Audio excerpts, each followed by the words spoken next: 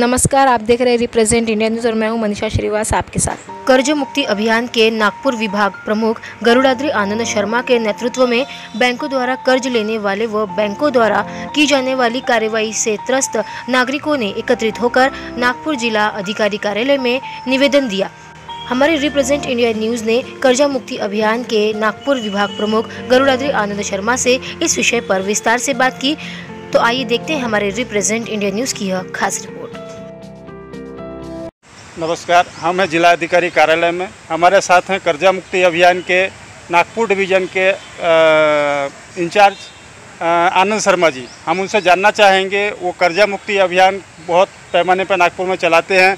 आज जो जिला अधिकारी कार्यालय में आए हुए हैं, वो कुछ लोगों की समस्याएं हैं, उनकी समस्याओं को लेकर हल करने के लिए आज जिला अधिकारी कार्यालय आए। उन्होंने किससे मुलाकात की और क्या समस्याएं थी वो बताएंगे।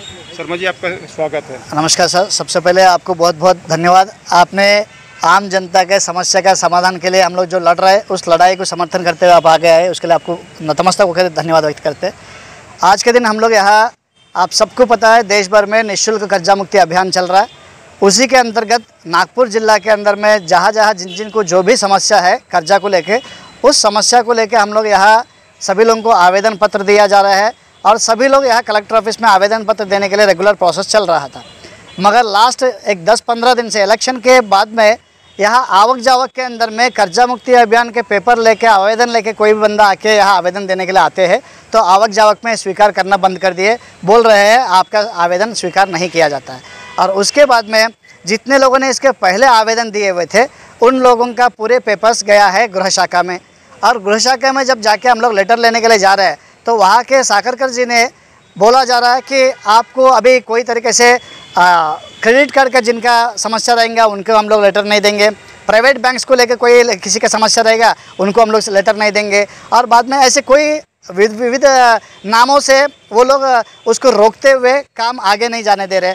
और इस चीज़ के लिए हम लोग आज आए और गृह शाखा को जो लीड करते हैं डिप्टी हमारे कलेक्टर, उनके पास में आए, उनसे मिले और उन्होंने बहुत ही भव्य तरीके से हमको वेलकम भी किए और साथों साथ में हमारा समस्या का पूरा उन्होंने सुनने के बाद में उन्होंने समाधान के रूप में साकरकर जी को भी बुलाए और उनको बोले कि आप लोग आवक जावक के अंदर में स्वीकार करना चाहिए और साथों साथ में इन सभी लोगों को लेटर देना चाहिए करके।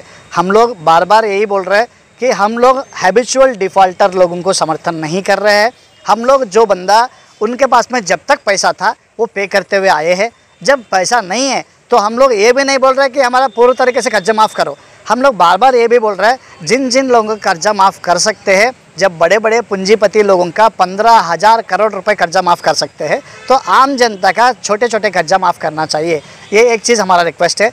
ऐसे कर्जा माफ़ नहीं कर सकते तो एटलीस्ट 2 ईयर्स के उनको मोहलत दे। इस 2 साल के अंदर में EMI हॉलिडे के रूप में जब देते हैं तो वे व्यक्ति फिर से काम कर सके और काम करके जितना पैसा कमाता है उस पैसे से जहाँ से कर्जा लिया वहाँ रीपेमेंट कर सके करके हम लोग बार बार रिक्वेस्ट कर रहे हैं। और इसके ऊपर में हम लोग ये चीज़ सिर्फ बातों से नहीं बोल रहे, रिटर्न पूर्वक हम लोग दे रहे, फिर भी इस चीज़ों को समर्थन नहीं मिल रहा है। इसके वजह से आज हम लोग फिर से यहाँ कलेक्टर ऑफिस आना पड़ा और हम लोग आज चाहते थे कलेक्टर जी से भी मिल सके, मगर डिप्टी कलेक्टर के पास में ही काम यहाँ गृह शाखा संपूर्ण तरीके से है तो वो काम संपूर्ण यहाँ ही होता है, तो फिर से कलेक्टर जी से मिलना ज़रूरत नहीं है करके हम लोग आज यहाँ से निकल के जा रहे हैं। उप जिलाधिकारी से आपकी चर्चा हुई है, उन्होंने आपकी समस्याओं के बारे में जो निवेदन नहीं लेते थे, उन्होंने क्या आश्वासन दिया है? उन्होंने आश्वासन दिया है आज से 100% ईच एंड एवरी पर्सन का किसी का भी आवेदन रहा, वो कोई तरीके का आवेदन रहे, उस आवेदन को हम लोग आवक जावक के अंदर में स्वीकार किया जाएगा।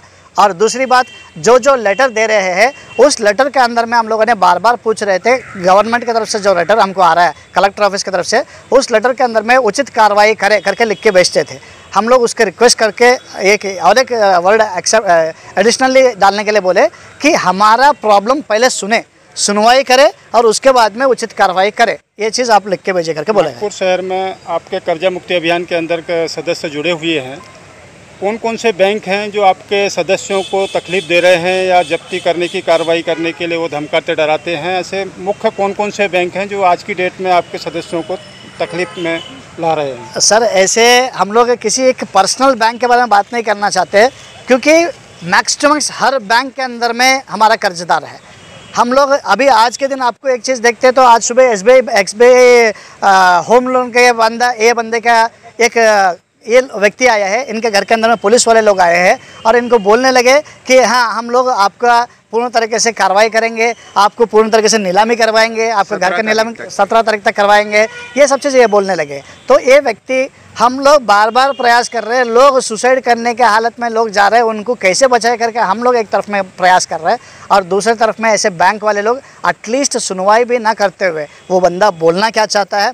जब हैबिचुअल डिफ़ॉल्टर रहता था तो वो बंदा यहाँ से लोन लेता है, यहाँ देता है, यहाँ से लोन लेता है, वहाँ देता है और वो पैसा लेके भाग जाता है। ऐसे लोगों को समर्थन करो करके हम लोग कहीं पे भी नहीं पूछ रहे।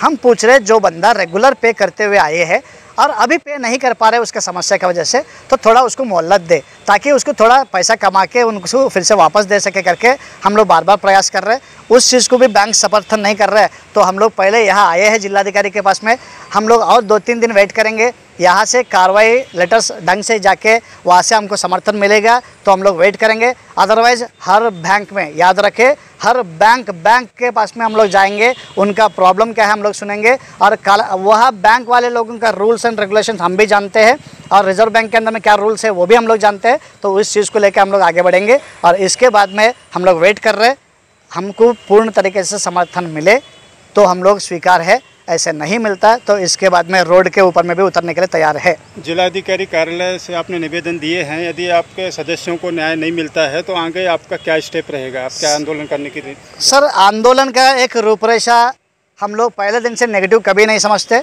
हमको हमारे कलेक्टर जिलाधिकारी विपिन जी के ऊपर में पूर्ण विश्वास है, वो हमारे सभी लोगों का समर्थन के लिए लेटर भेजेंगे और साथों साथ में हमको पूर्ण बैंक के ऊपर में विश्वास है, बैंक वाले उसको स्वीकार करेंगे और हमारे सभी लोगों को समर्थन करते हुए कुछ उचित कार्रवाई करेंगे, ऐसे में हम लोग आशा करते हैं। ऐसा नहीं होता है तो प्रकृति को पता है, जब बारिश ढंग से झाड़ काट लिए, जहाँ जहाँ बारिश नहीं आता है, जहाँ जहाँ झाड़ काट लिया तो कुछ दिन के बाद में सुनामी आता है, सेम फॉर्मेट सुनामी आएगा। जय हिंद, जय भारत। जय हिंद, जय भारत।